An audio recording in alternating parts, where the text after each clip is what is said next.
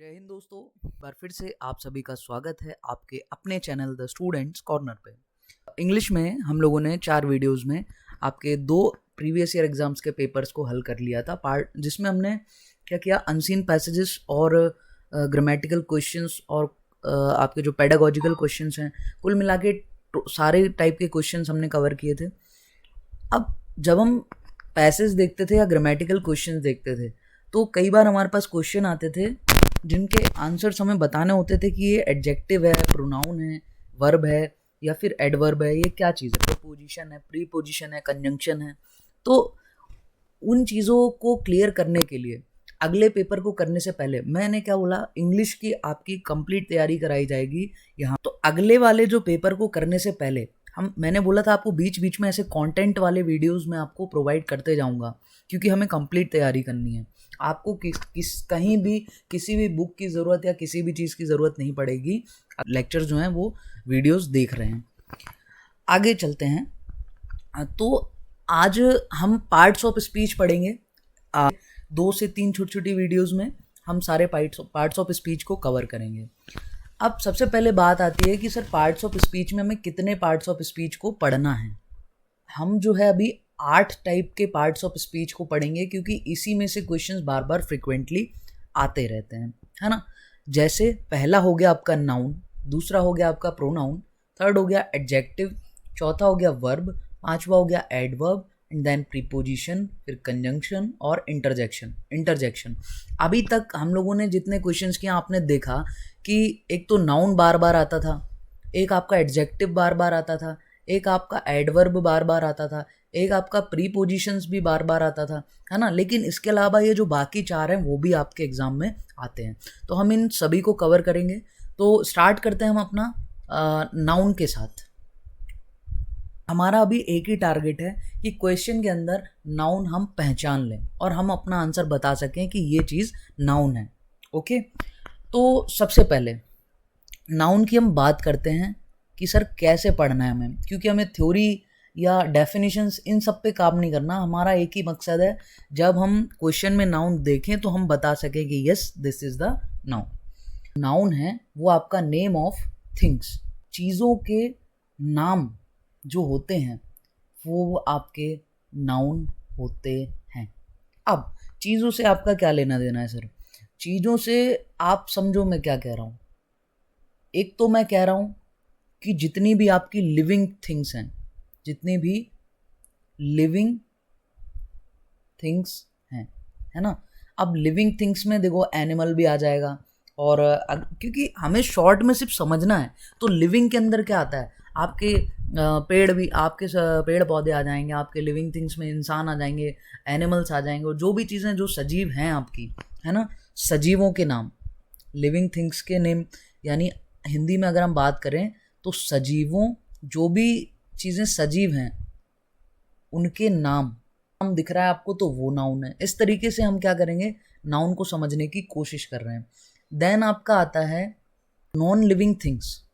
अब जितनी भी आपकी निर्जीव चीज़ें हैं, निर्जीवों के नाम, वो भी आपके नाउन कहलाएंगे। ओके सर, क्लियर है, कोई दिक्कत नहीं है। तीसरा सर, कुछ इमेजिनरी चीज़ें भी होती हैं, तो उनके भी जो नाम होते हैं, काल्पनिक चीज़ें, उनके भी जो नाम हैं वो भी आपके क्या कहलाते हैं, नाउन कहलाते हैं। तो इस तरीके से हमने समराइज किया कि नाउन सर कैसे पहचाने। तो जो आपके सजीव चीज़ें हैं, सजीव जो भी हैं, उनके जो नाम है वो अब आपके नाउन है। जो निर्जीव चीज़ें हैं वो भी आप, उनके जो नाम है वो भी नाउन है। जो काल्पनिक चीज़ें हैं उनके जो नाम है वो भी आपके नाउन है। जैसे एग्जाम्पल देख लेते हैं। मैंने चर्चा करी कि सर इंटेलिजेंस का, इंटेलिजेंस होता है वो, उसका मतलब तो ये होता है कि किसी की कुछ सीखने की या समझने की या सोचने की जो लॉजिक लगाने की जो तरीके हैं वो बहुत ज़्यादा हाई रहते हैं, बहुत ज़्यादा चतुर वो रहता है, तो हम कहते हैं वो इंटेलिजेंट है। तो इंटेलिजेंस जो है वो एक गुण है ना। दिखता तो नहीं है ना, ये दिख नहीं रहा है, but this is imaginary thing. जब कोई सही तरीके से लॉजिक लगाता है ना, और कोई चीज़ जल्दी सीख लेता है, तो ये चीज़ हमें दिखाई नहीं देती इंटेलिजेंस की, ये दिख रही है सर, ये रखी इंटेलिजेंस। इसका हमें अनुमान लगाते हैं, फिर हम इमेजिन करते हैं, हम इन चीज़ों को देख करके रिजल्ट निकालते हैं। तो ये इंटेलिजेंस जो है वो दिख नहीं रही है, बट फिर भी काल्पनिक चीज़ है, लेकिन this is also a noun. अभी क्वेश्चन भी आया था एक एंगर वाला, तो हमने पूछा था वो क्या है सर, वो जो है एक स्टेट होती है और वो भी आपके नाउन के अंदर आती है, क्योंकि नाउन में आपकी काउंटेबल चीज़ें, मतलब वो चीज़ें जिसको आप गिन सको, और अनकाउंटेबल चीज़ें जिसको आप नहीं भी गिन सक रहे हो तब भी वो नाउन कहलाती हैं।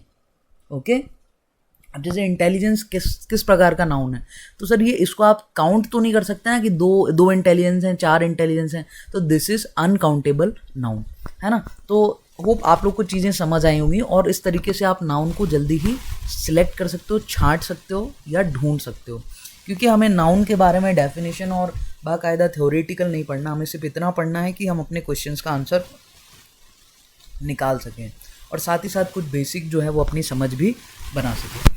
अब फिर सर क्वेश्चन ये आता है कि आप आइडेंटिफाई कैसे करेंगे। जैसे इन काम तो हमारा यही है ना कि क्वेश्चन में हमें सेंटेंस दिखता है, अब उसके अंदर नाउन है या नहीं है, या ये वर्ड नाउन है या नहीं, ये कैसे पता चले, वही तो हमें सेलेक्ट करना है, क्योंकि कोई थ्योरी व्योरी तो आती नहीं है सर।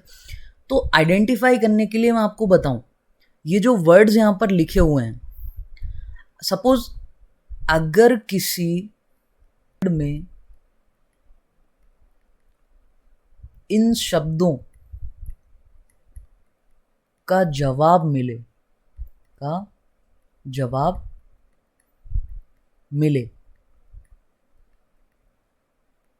तो वह नाउन बता देना। सबसे बेस्ट तरीका है, देखो मैंने कोई आपकी डेफिनेशन की बात नहीं करी, क्योंकि हमें रिटन एग्ज़ाम नहीं देना है।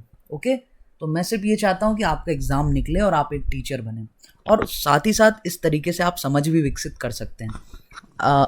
देखो जैसे कोई भी वर्ड आपको मिले, क्या देखो, व्हाट का मतलब क्या होता है, व्हाट का मतलब हिंदी में होता है क्या। हु का मतलब क्या होता है, हु का मतलब होता है कौन। हुम का मतलब क्या होता है, हुम का मतलब होता है किसको।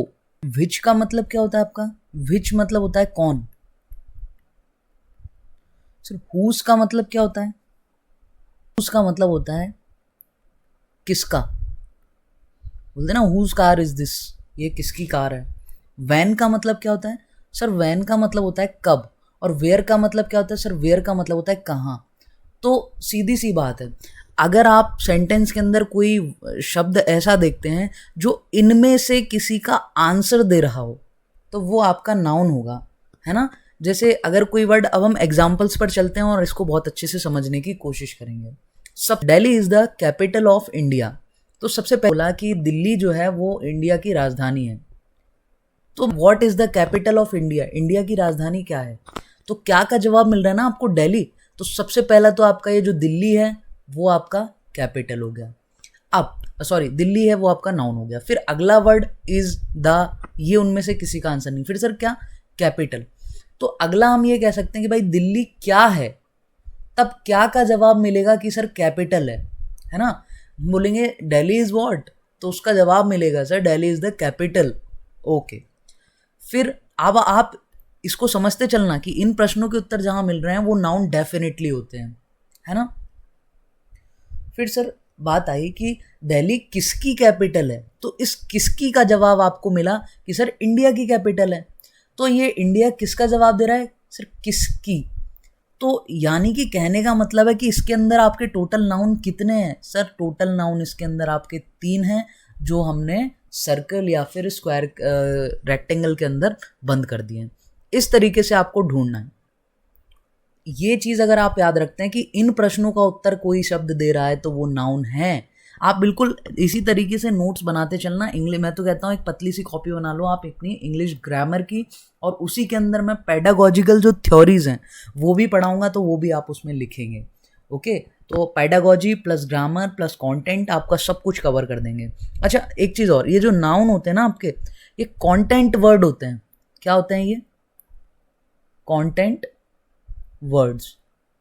एक चीज़ ध्यान रखना। ओके, आगे चलें, दूसरा एग्जाम्पल देखते हैं। Sir Rajesh has given the car to Suresh, तो सर किसने दी, किसने का जवाब कौन दे रहा है, राजेश, तो सबसे पहले तो आपका राजेश नाउन हो गया। हैज़ गिवन द कार, क्या दिया, तो सर क्या का जवाब आपको मिल रहा है द कार, तो सेकंड नाउन तो आपका ये हो गया। फिर तीसरा आपको मिला किसको, देखो सुरेश को दी, तो ये किसको का जवाब जो आपको मिला, तो ये मिला सुरेश। ऑल थ्रो हम कह सकते हैं कि ये 3 नाउन इसमें भी हैं। तो चीज़ें आपको क्लियर हो रही हैं कैसे? सर हु का जवाब किसने दिया था, राजेश ने। व्हाट क्या दिया, उसका जवाब किसने दिया, कार ने। सर किसको दिया, हुम, तो उसका जवाब आपका दिया सुरेश ने। इसीलिए मैं कह रहा हूँ कि ये जो वर्ड्स हैं इनके आंसर्स जो भी दे रहे हैं, जो भी वर्ड्स दे रहे हैं वो आपके नाउन होंगे। इससे बेटर कोई तरीका नहीं हो सकता नाउन को पहचानने का। अब हम तीसरे एग्जाम्पल को देखते हैं। Sir the boy put away his trucks, तो सबसे पहली चीज the boy, who put away, who का जवाब कौन दे रहा है, सर द बॉय, तो पहला नाउन तो आपका ये हो गया, क्योंकि ये किसका जवाब दे रहा है, who put away, sir the boy put away. फिर अगली चीज आती है कि the boy put away what, उसने किन चीजों को अलग किया, तो सर वॉट मतलब क्या क्या क्या चीजें उसने अलग कर दी, तो उस क्या का जवाब क्या मिल रहा है आपको, the boy put away his trucks, his books and his blocks. ये तीनों ही थिंग्स हैं, ओके, थिंग्स के नेम है, ट्रक, बुक्स या ब्लॉक्स। या दूसरी चीज, ये तीनों ही आपको वॉट का जवाब दे रहे हैं, क्या ट्रक, क्या बुक, क्या ब्लॉक्स। तो आपके पास इसमें कितने नाउन्स आ गए सर, 4 नाउन आ गए। ऐसे हम अगला क्वेश्चन करते हैं। Sir hockey is my favourite sport, मैंने बोला कि हॉकी मेरा फेवरेट स्पोर्ट है, तो पहली चीज हॉकी किसका जवाब दे रहा, क्या मेरा फेवरेट स्पोर्ट क्या है, तो वो है हॉकी। सर व्हाट का जवाब कौन दे रहा है यहाँ पर, hockey. Is my favourite sport, मेरा फेवरेट फिर से क्या है, तो सर ये मेरा फेवरेट स्पोर्ट है ना।